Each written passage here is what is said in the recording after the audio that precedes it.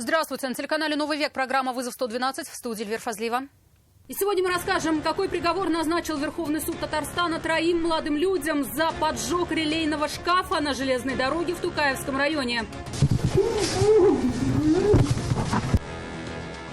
Покажем, что осталось после пожара от дачного дома в Нижнекамском районе. До сих пор вот там на теплицах везде вот эти огарки. Я говорю, хорошо, что еще ветра не было. Садоводы уверены, строение подожгли подростки. Вон там женщина, вот она их увидела, они отсюда бежали, видно, она их увидела и что-то им замечание сделала, отругала. А также задержание водителя «Лады» с признаками опьянения после погони в Казани. Все это прямо сейчас. Сегодня Верховный суд Татарстана огласил приговор троим подсудимым по громкому уголовному делу о поджоге релейного шкафа на железной дороге и оборудования вышки сотовой связи в Тукаевском районе республики. На скамье подсудимых трое из 4 участников группы. Один предполагаемый организатор обвинялся по 2 статьям: диверсия и вовлечение в преступление несовершеннолетних. 2 исполнителей непосредственно за сам поджог. Еще один участник группы проходил по делу свидетелем. На момент совершения преступления он еще не достиг возраста привлечения к уголовной ответственности. Обвинение запросило для организатора больше 20 лет лишения свободы, для исполнителей по 8 лет в воспитательной колонии. Но они надеялись на милость суда. Они до последнего надеялись на то, что их оставят на свободе. 3 исполнителей. Один на момент совершения преступления не достиг возраста привлечения к уголовной ответственности и проходил по делу свидетелем. 2 несовершеннолетних, как доказало обвинение, пошли на преступление из-за денег. За поджог релейного шкафа на железнодорожном перегоне «Автозаводская» Сидоровка в Тукаевском районе они получили по 1000 рублей. За поджог климатического шкафа базовой станции одного из сотовых операторов, согласно материалам дела, денег исполнитель и вовсе не получил. Организатор, 20-летний Булат Ибрагимов, получил чуть больше – $460. На последнем слове сообщил, что не согласен с обвинением. Все время с момента задержания он был под арестом. 2 исполнителей просили не лишать их свободы и раскаивались в содеянном. Приговорила судебная коллегия признать Ибрагимова Булата Ильдусовича виновным в совершении преступления. Его признали виновным по всем пунктам обвинения. Свою роль сыграли и последствия поджога. Пожар сильно и надолго снизил безопасность железнодорожных перевозок на этом участке пути. И его предыдущая судимость, он был признан виновным в мошенничестве. Забирал деньги у обманутых пенсионеров. Обвинение просило назначить ему чуть больше 20 лет лишения свободы. Суд был немного снисходительнее. Назначить Ибрагимову окончательное наказание лишения свободы сроком на 17 лет с отбыванием первых 3 лет лишения свободы в тюрьме. Оставшиеся части срока лишения свободы в исправительной колонии строгого режима с ограничением свободы сроком на 2 года и установлением следующих ограничений и обязанностей. Помимо этого, ему предстоит возместить стоимость самого сгоревшего релейного шкафа и отдать в доход государства полученные за поджог деньги. По 1000 рублей, полученные в результате преступной деятельности. Предстоит отдать и непосредственным исполнителям. Но это только часть приговора. Вторая для обоих также была одинакова и одинаково меньше, чем просило обвинение. Назначить ему наказание лишения свободы сроком на 5 лет в воспитательной колонии. Такой приговор стал шоком как для подсудимых, так и для их родных. Они намерены его обжаловать. Обвинение выскажет свою позицию после тщательного изучения приговора. Прошу вызвать конвой для взятия осужденных под стражу. На этом судебное заседание закрыто. Сирина Васильева, Владимир Гурьянов, Вызов 112. Дотла сгорел дачный дом в садовом товариществе «Березовая грива» Нижнекамского района. Зарево охватило дачников в половине 9 вечера. Пламя разгорелось очень быстро, и все боялись, что огонь перекинется и на соседей. Но эту угрозу пожарным удалось ликвидировать. Среди садоводов версия случившегося всего одна – поджог.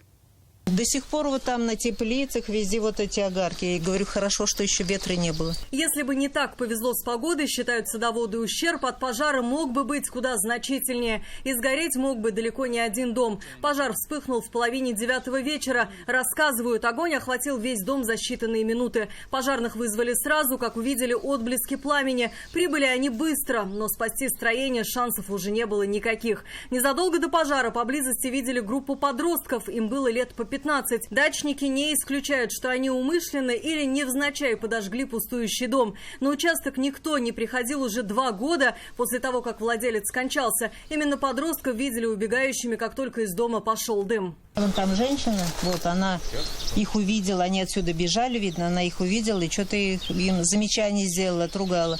Они ее что-то тоже покрыли, как-то так. Начинаются каникулы, они, по-видимому, в прошлом году тоже лазили.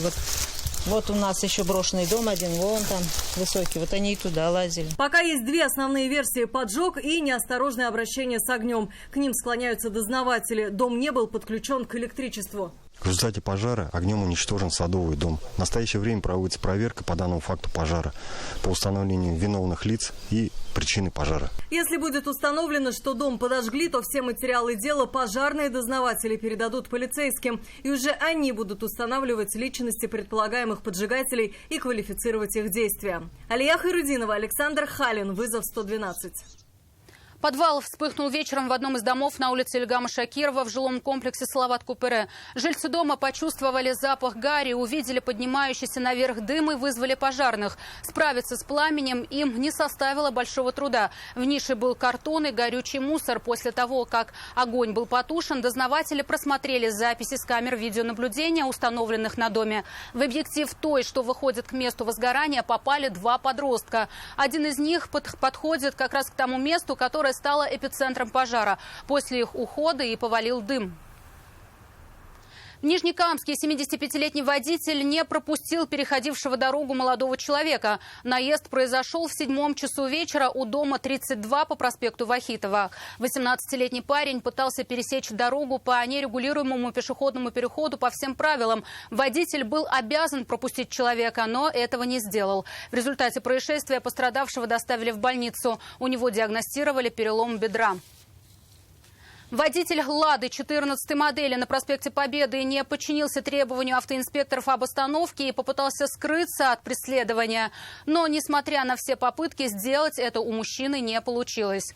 Он не справился с управлением, вылетел на газон, машина не смогла двигаться дальше, мужчину задержали. У него были признаки опьянения, при этом не оказалось водительских прав, он их просто не получал. Кроме того, у него не оказалось и документов на машину, а чей это автомобиль сказать он не смог, потому что просто не знал. Водителю предложили пройти экспресс-тест на наличие алкоголя в крови и проехать в больницу на медицинское освидетельствование, способное выявить в организме запрещенные вещества. И от того, и от другого он отказался. Мужчину доставили в отдел полиции. За езду нетрезвым без прав предусмотрен арест на срок от 10 до 15 суток. Его также заподозрили в угоне. И если в ходе проверки подтвердится, что «Лада» действительно была угнана, то в отношении мужчины, вероятно, будет возбуждено и уголовное дело. Медицинская помощь потребовалась 2 девушкам в результате аварии на Мамадышском тракте в Казани. Там столкнулись 3 автомобиля – Kia Rio, Renault Sandero и Lada Granta. Никто не сомневался, вина за случившееся целиком и полностью лежит на водителе отечественной легковушки. Он на полной скорости влетел в стоящие перед перекрестком в ожидании разрешающего сигнала светофора автомобиля. Причем сам он уверял, препятствия просто не заметил. Ждали светофор зеленый. Пассажир Kia Rio рассказывает, со своей спутницей сидели на заднем сидении иномарки, когда в их автомобиль сзади врезалась Рено. Удар был таким, что девушке потребовалась медицинская помощь. Она жаловалась на сильную боль в спине. Скоро девушка приехала, на всякий случай проверить, спина болит. Не знаю, пока обезболивающий сделаем, нужна будет помощь, дополнительно обратиться.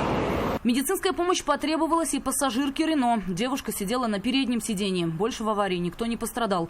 Водители «Лады» от травм спасли подушки безопасности. Впрочем, пассажир Kia уверен, что к медикам он еще обратится. В шоке, просто не понимает, завтра поймет.